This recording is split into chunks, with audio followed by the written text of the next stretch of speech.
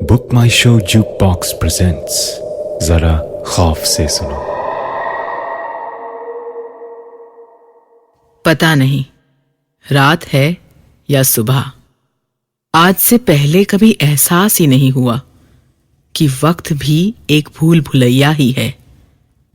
डर या फिर कल्पना या फिर सिर्फ अंत का इंतजार।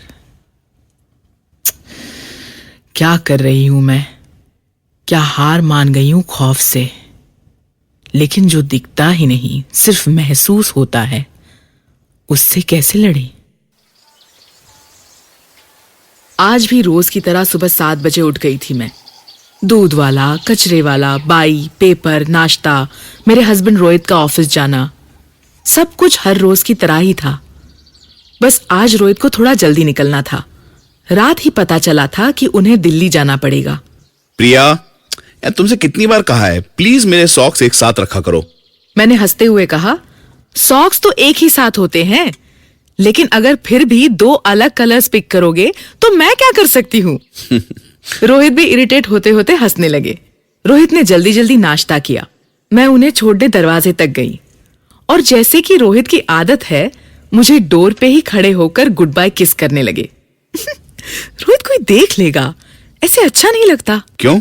अपनी वाइफ को ही तो किस कर रहा हूं ना, पड़ोसी की वाइफ को तो नहीं। अगली सोसाइटी मीटिंग में देखना, यही पड़ोसी आपकी कंप्लेंट करेंगे। तभी अचानक से हमारे सामने वाले फ्लैट का दरवाजा बंद हुआ। कोई खड़ा था वहां। हम दोनों चौंक गए। लगता है सामने वाले फ्लैट में शिफ्ट हो गया कोई। लेकिन कब शिफ्ट हुए? अभी तो सुबह के 8 ही बजे हैं। कल रात को शिफ्ट हुए क्या? जब भी हुआ होगा प्रिया, तुम भी ना कितना शक करती हो। चाय वाय को पूछ लेना प्लीज अपने नए पड़ोसियों से। हाँ, अभी पूछती हूँ। ओके, बाय बाय, रात को मिलते हैं। आउच! अरे क्या हुआ? संभाल के, पैर फिसल गया क्या? पता नहीं, लगता है कुछ गिरा हुआ है। क्या है? हाँ, ये क्या? लाल रंग, गुलाल है क्या? अच्छा छोड़ो ना, होगा कुछ। प्रिया बाय बाय बाय। मैंने रोहित को लिफ्ट के अंदर जाते हुए देखा और फिर मैं भी अपने फ्लैट में अंदर चली गई। किचन में चाय बनने रखी ही थी कि शांताबाई की आवाज सुनाई पड़ी। अरे ये क्या है भाभी? क्या? मैं जल्दी जल्दी बाहर की तरफ गई तो देखते ही हैरान रह गई। पूरे फर्श पे लाल पैरों के निशान थे। अभी तो कटका किया था, ये कहाँ से आ गया? आपके पैरों से तो नहीं आया? अरे वो बाहर रंग गिरा था ना, शायद मेरे पैरों से ही अंदर आ गया होगा।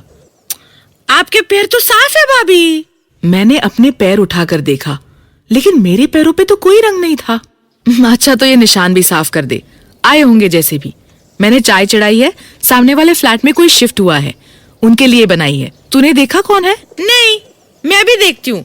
पूछ लूँ ना, बाई भी तो चाहिए रहेगी। हाँ, जा पूछा और कहना कि मैं चाय लेकर आ रही हूँ। हाँ ठीक है, मैं बस ये साफ करके जाती हूँ। कुछ देर बाद मैं चाय बना के ले ही जा रही थी कि शांताबाई दरवाजे पे ही मिल गई। अरे क्या भाभी, कोई नहीं आया सामने वाले घर में? कितना बेल मारा मैंने। ऐसा कैसे? मैंने खुद किसी को देखा था। आपको वहम हुआ होगा। मैं जाती हूँ, 9 बजने वाले हैं, 501 में जाना है, उनके मेहमान आए हुए हैं। लेकिन ऐसा कैसे हो सकता है? मैंने अपनी आंखों से देखा था। ये शांताबाई भी ना, क्या पता डोरबेल खराब हो। खुद ही जाकर देखती हूँ। मैंने अपने घर की चाबी उठाई, दरवाजा बंद किया और डोरबेल तो ठीक है, और तभी दरवाजा भी खुला। मेरे सामने एक प्यारा सा बच्चा खड़ा था, 7-8 साल का, बहुत ही मासूम।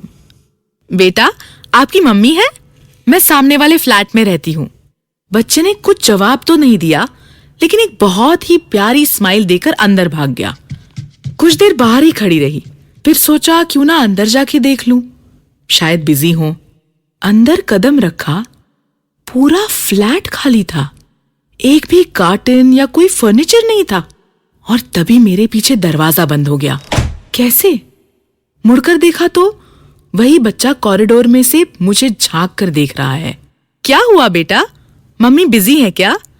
अच्छा ठीक है, ये थर्मस ले लो, मम्मी से कहना सामने वाली आंटी दे गई।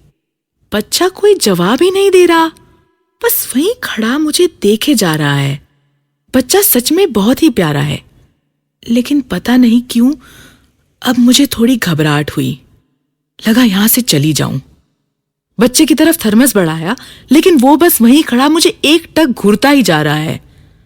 वही मुस्कान लिए हार के मैंने थर्मस वहीं फर्श पर रखा, पलटी कि दरवाजा खोल के अपने घर जाऊं। और अचानक मुझे एहसास हुआ, मई का महीना है पर फिर भी इस घर में अजीब सी ठंडक है। पंखा, एसी कुछ नहीं है, फिर भी शायद इतने दिनों से बंद है इसलिए। खैर, जैसे ही दरवाजा खोलने के लिए हाथ बढ़ाया मैंने, पीछे से एक हंसी सुनाई दी। मैंने पलट कर देखा तो वहां कोई भी नहीं था, बच्चा भी नहीं, बस एक अजीब सी घुटन। ऐसा लगा अगर कुछ और पल यहीं रुक गई तो शायद बेहोश हो जाऊंगी। हंसी अंदर से आ रही थी। एक बार को सोचा अंदर जाके देखूं कौन है, लेकिन कहीं ना कहीं ऐसा लग रहा था कि यहां से चली जाऊं। दरवाजा खोलने की कोशिश की, लेकिन दरवाजा जैसे अटक गया हो, खुल ही नहीं रहा। बहुत कोशिश की दरवाजा खुल जाए, लेकिन दरवाजा खुल ही नहीं रहा। और तभी अचानक से बगल में देखा, वही बच्चा मेरे पास खड़ा है। तुम कहां से आए? अभी तो यहां कोई भी नहीं। और मेरे पास आगे कुछ भी कहने के लिए शब्द ही नहीं थे। बच्चे ने धीरे से मुझे इशारा किया, जैसे कुछ ना कहूं। जितना इस बच्चे को देखती हूं, उतना ही लगता है जैसे इसमें कुछ है जो बाकी सबसे अलग है, लेकिन समझ नहीं पा रही। इसकी आंखों में एक सन्नाटा है या फिर एक चीख। उसने दरवाजे की तरफ देखा और दरवाजा अपने आप खुल गया। मुझे कुछ समझ नहीं आया मैं क्या करूं, बस बिना कुछ कहे वहां से भाग गई। कांपते हाथों से मैंने अपना फ्लैट खोलने की कोशिश की, लेकिन चाबी अंदर जा ही नहीं रही थी। मुझे पता है पीछे से कोई मुझे देख रहा है, लेकिन मैंने पीछे मुड़कर नहीं देखा। तभी मेरा लॉक खुला और मैंने तुरंत अंदर घुसकर अपना दरवाजा बंद कर दिया। अपने घर में आके ऐसा लगा जैसे अब सब ठीक हो जाएगा। जाके अपने हॉल में बैठ जाती हूँ। बाहर से कबूतरों की आवाज आ रही है। किचन में पानी टपक रहा था। वॉशिंग मशीन चल रही थी। सब कुछ वैसा ही जैसे मैं छोड़कर गई थी, लेकिन फिर भी पता नहीं क्यों ऐसा लग रहा था बहुत कुछ बदल गया है। शादी को 7 महीने हो गए। अक्सर यहाँ अकेली रहती हूँ, लेकिन आज तक ऐसा नहीं लगा। घड़ी की तरफ देखा तो अभी भी 9 ही बज रहे थे। लेकिन ऐसा कैसे हो सकता है? जब मैं गई थी तब भी 9 ही बजे थे। तो क्या मैं सामने वाले घर में गई ही नहीं? हो सकता है ये घड़ी खराब हो गई है, लेकिन अपना फोन उठाकर देखा तो उसमें भी 9 ही बजे थे। इसका मतलब कुछ समझ में नहीं आ रहा। रोहित को फोन करती हूँ। हाय बेबी, अभी से मिस करने लगी? अभी तो एयरपोर्ट पहुंचा हूँ। रोहित, तुम्हें घर से गए हुए कितना टाइम हो गया? क्या क्या सवाल कर रही हो? अभी आधे घंटे पहले तो निकला था ना घर से। क्या हो गया Priya? Are you feeling all right? नहीं, वो आई मीन मैं ठीक हूँ। शायद बस वो अपने सामने वाले फ्लैट में। अरे हाँ, मैंने नीचे वॉचमैन से पूछा था, वो कह रहा था कोई शिफ्ट नहीं हुआ है उस घर में प्रिया। शायद हमारा वहम था। क्या? लेकिन मैंने सामने। अच्छा सुनो, सिक्योरिटी के लिए एंटर कर रहा हूँ, बाद में फोन करता हूँ। बाय। मुझे बिल्कुल समझ नहीं आया कि मैं क्या करूं। मैंने तो उस बच्चे को देखा था, तो फिर रोहित कौन है? किसने बेल बजाई? मुझे लग रहा है कोई मेरे साथ मजाक कर रहा है।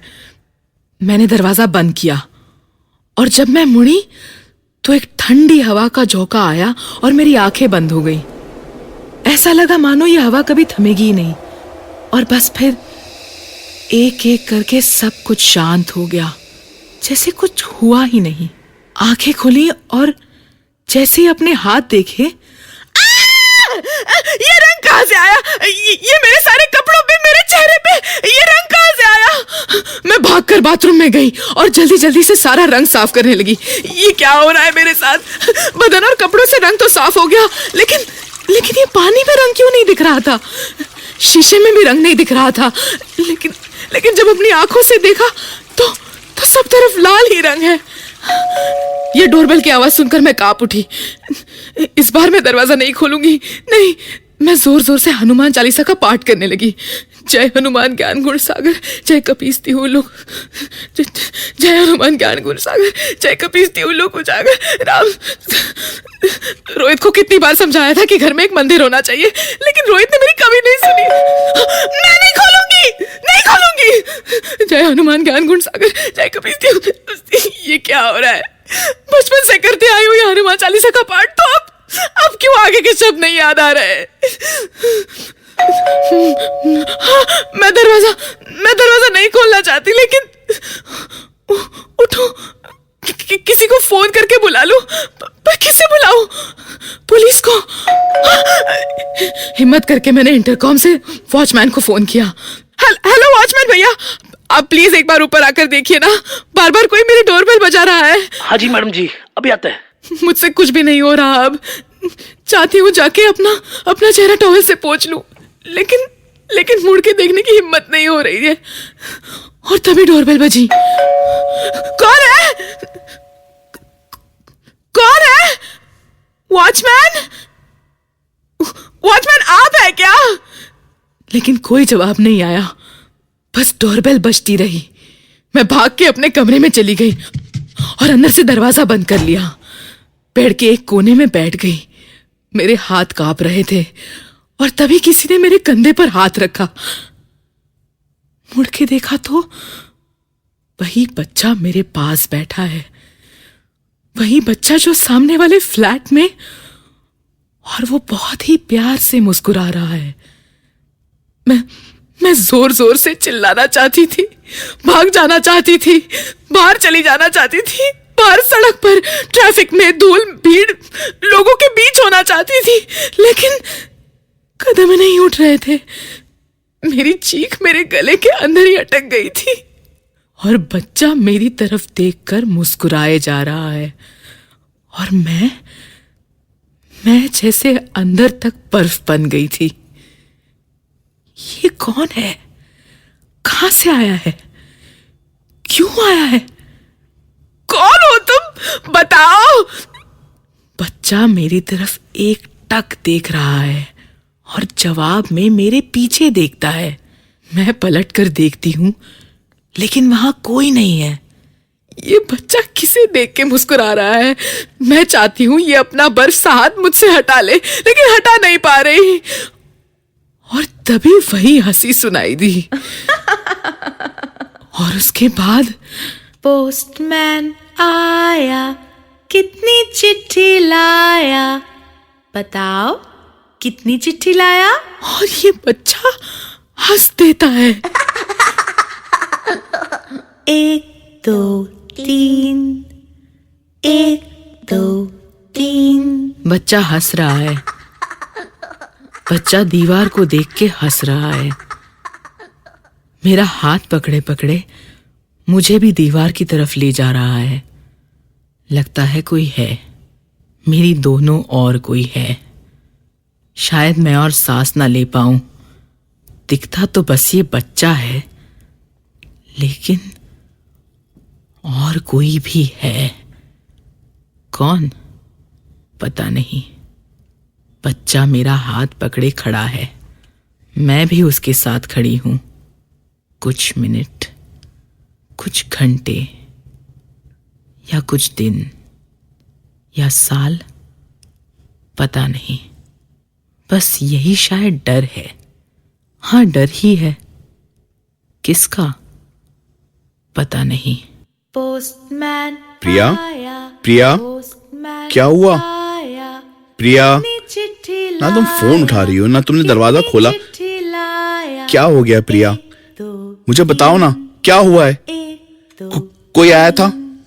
पोस्टमैन प्रिया, प्रिया, कितनी चिट्ठी लाया? प्रिया, 1 प्रिया, 2 3, प्रिया, 1 2 3। सब्सक्राइब कीजिए हमारे YouTube चैनल डिंग डंग डोंग को ऐसे ही मजेदार किस्से और कहानियाँ सुनने के लिए, और कमेंट करके बताएं ये वीडियो आपको कैसा लगा। अगर अच्छा लगा हो तो प्लीज एक लाइक कर दीजिए और शेयर कीजिए अपने दोस्तों के साथ।